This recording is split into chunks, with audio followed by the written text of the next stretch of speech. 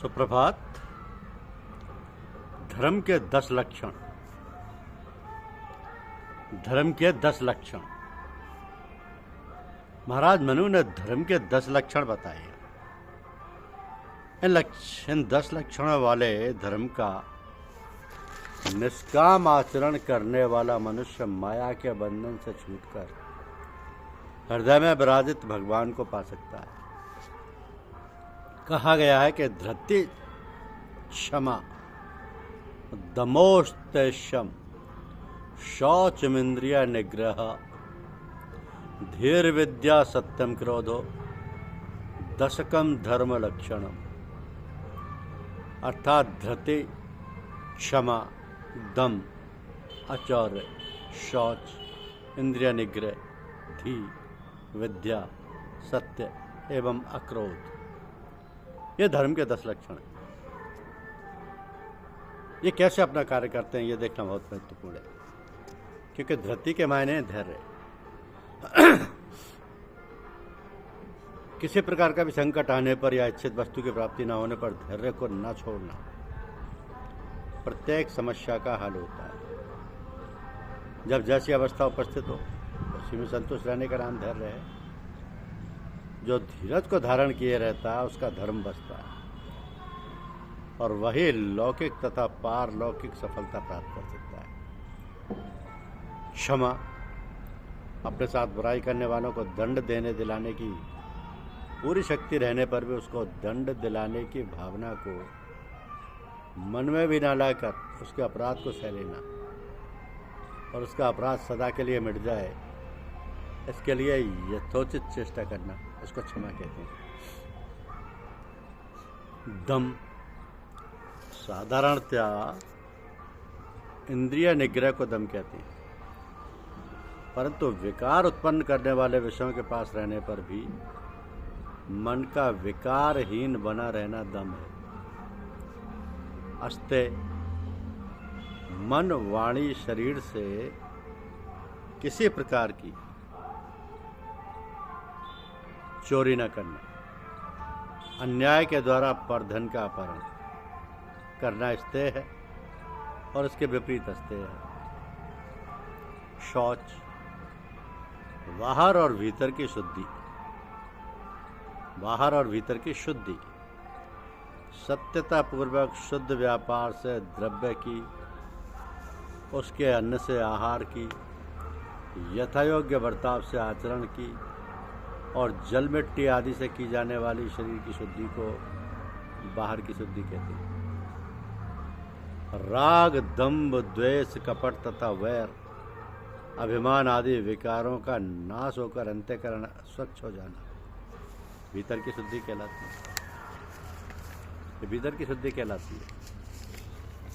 इंद्रिय निग्रह, इंद्रियों को उनके विषयों रूप, रस, गंध, शब्द, स्पर्श में इच्छानुसार न जाने देकर अनिष्टकारी विषयों से हटाए रखना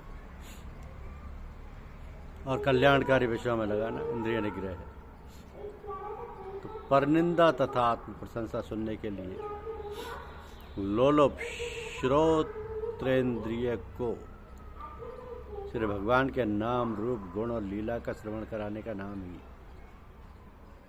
श्रोतेंद्रिय निग्रह है। इसी प्रकार भगवान के चरणों में दंडवत प्रणाम और सारे शरीर में तीर्थ रज लेपन त्वगेंद्रिय निग्रह है। श्री विग्रह, गंगा जी आदि पवित्र नदियों और तुलसी का दर्शन चक्षुरेंद्रिय निग्रह है। भगवत प्रसाद और चरणामृत का सेवन ही रसनेन्द्रिय निग्रह है। भगवत दर्पित तुलसी, चंदन और धूपादि का आघ्राण घ्राणेन्द्रिय निग्रह है। वेद शास्त्रादि का स्वाध्याय, भगवान लीला का गान ही वागेंद्रिय निग्रह है। श्री भगवान के मंदिर का मार्जन आदि भगवत सेवा करना ही पाणिंद्रिय का निग्रह है। भगवत दर्शन के लिए तीर्थों में पैदल भ्रमण ही पाद इंद्रिय का निग्रह है। सात्विक आहार ग्रहण और ब्रह्ममुहूर्त में शौच पायु इंद्रिय का निग्रह है तथा गृहस्थों के लिए केवल ऋतुकाल में स्वस्थ्री गमन और जो ग्रस्त नहीं है उनका अष्टांग मैथुन त्याग उपस्थ इंद्रिय का निग्रह है। फिर आता है धी यानी बुद्धि। सात्विकी श्रेष्ठ बुद्धि सत्संग और शास्त्रों के अध्ययन से उत्पन्न होती है। इससे मन परमात्मा में लगता है और यथार्थ ज्ञान उत्पन्न होता है। तो शास्त्रादि तत्व ज्ञान का नाम धी है। विद्या वह आध्यात्म विद्या ही विद्या है जिसको भगवान ने अपना स्वरूप बतलाया और जो मनुष्य को अविद्या से छुड़ाकर परमात्मा के परम पद को प्राप्त कराती है। आत्मज्ञान ही विद्या है। मैं देह हूँ, इस बुद्धि का नाम अविद्या है, और मैं देह नहीं चिदात्मा हूँ, इस बुद्धि का नाम विद्या है। सत्य, यथार्थ और प्रिय भाषण। अंतःकरण और इंद्रियों से जैसा निश्चय किया हो वैसा ही प्रिय शब्दों में कहना तथा ध्यान में रखना कि इससे किसी निर्दोष प्राणी को नुकसान तो नहीं हो जाएगा। सत्य वही है जो यथार्थ हो, प्रिय हो, कपट रहित हो और किसी का हित करने वाला ना हो। अंत में अक्रोध। अपनी बुराई करने वालों के प्रति भी मन में किसी प्रकार के क्रोध का विकार न होना। अक्रोध और क्षमा में यही भेद है कि अक्रोध से तो कोई क्रिया नहीं होती, जो कुछ होता है मनुष्य सब सह लेता है, मन में विकार पैदा नहीं होने देता, परंतु इससे हमारी बुराई करने वाले का अपराध क्षमा नहीं होता। उसका फल उसे न्यायकारी ईश्वर के द्वारा लोक परलोक में अवश्य मिलता है। क्षमा में इसका अपराध भी क्षमा हो जाता है। यह क्रोध मानव को देवत्व प्रदान करता है। यह 10 लक्षणात्मक धर्म जिसके अंतःकरण में प्रतिष्ठित है वो भगवान का प्रिय होता है। पर ब्रह्म परमेश्वर का दिव्य स्वरूप प्रत्यक्ष रूप से अपने सामने नहीं प्रकट होता। परमात्मा के दिव्य रूप को कोई भी मनुष्य प्राकृत चर्म चक्षुओं के द्वारा नहीं देख सकता।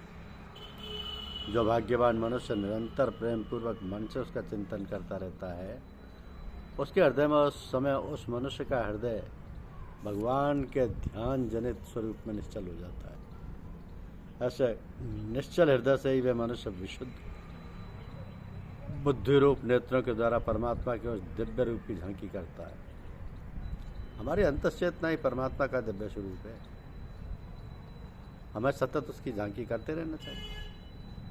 परमात्मा हमारे हृदय में है, वे तो उसी को प्राप्त होते हैं जिसको वे स्वीकार कर लेते हैं, और वे स्वीकार उसी को करते हैं जिनमें उनके लिए उत्कट इच्छा होती है, तो जो उनके बिना रह नहीं सकता। धर्म मार्ग पर चलकर जो उनकी कृपा की ही प्रतीक्षा करता है, ऐसे ही साधक पर परमात्मा कृपा करते हैं और बीच का योग माया का पर्दा हटाकर उसके सामने अपना स्वरूप प्रकट कर देते हैं। यही है परमात्मा की कृपा साधकों पर परमपिता परमात्मा की यही कृपा है, क्योंकि हमारे अंतश्चेतना ही परमात्मा का दिव्य स्वरूप है। हमें सतत उसकी झांकी करते रहना चाहिए। धन्यवाद। यूट्यूब चैनल को लाइक और सब्सक्राइब अवश्य कीजिए। शुक्रिया।